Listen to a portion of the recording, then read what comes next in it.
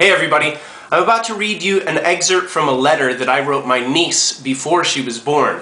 I had a letter that was written to me by a friend of my mother's, and it was given to me when I was born, and I still have that letter and still cherish it. And I always thought it was a neat idea to write a letter to a newborn and kind of welcome them into the world and let it be kind of maybe a first roadmap for them on how the world works. So this is an excerpt of a letter that I wrote to my niece. Her name is Kyala Rose, and I haven't even given this to her yet, but I will one day when the time is right. The most important thing to know by far is that we and everything you will ever meet are all one thing. I plan on making this common knowledge by the time you are 15, so I hope it seems funny that I'm describing how this oneness is possible, but I'll do it anyway. When you look at a rose, a beloved flower, or your middle name, where does the flower start and the something else begin? Surely it is not where the petal meets the stem, or where the stem meets the leaves, or thorns, or roots, for these things are all obviously connected. Does the rose become separate from the other things where the roots meet the soil? Of course not, for the soil is one of the things the root uses as a building block for the whole plant.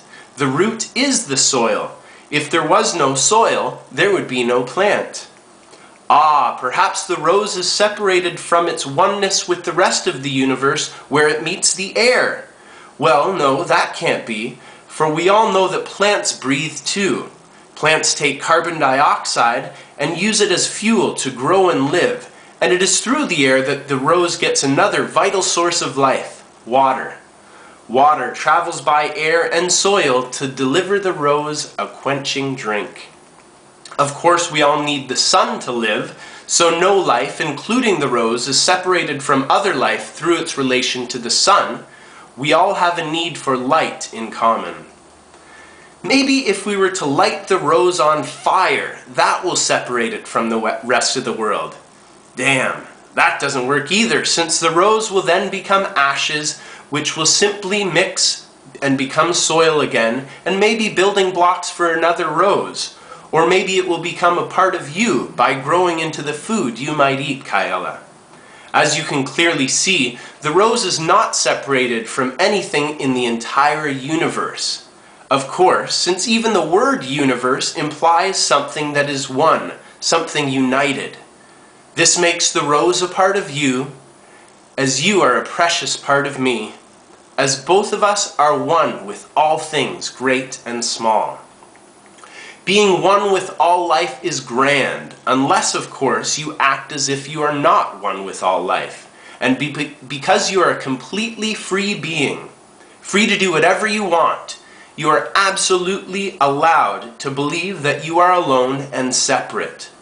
I warn you, however, my sweet niece, as all of your brothers and sisters in man should be warned, that if you act contrary to truth, you will believe in an opposite to truth, and this is the only source of suffering that any person has ever felt.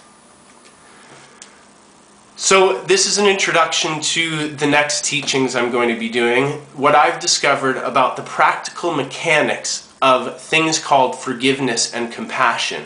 Why do you want to forgive somebody? Why do you want to be compassionate with somebody? Because if you're not, you're acting contrary to that truth. That's like one leaf of a tree being mad at another leaf of a tree. That's what happens when we as human beings go to war, whether that's on a large global scale, or a war with somebody in our classroom, or a war with somebody at our workplace, or a war with somebody even in our own family. We're all one family. We're all part of the same vine, and we need to remember that. Remembering that brings a lot more peace into your life. Have an awesome day, and thanks for letting me share this, Kyala.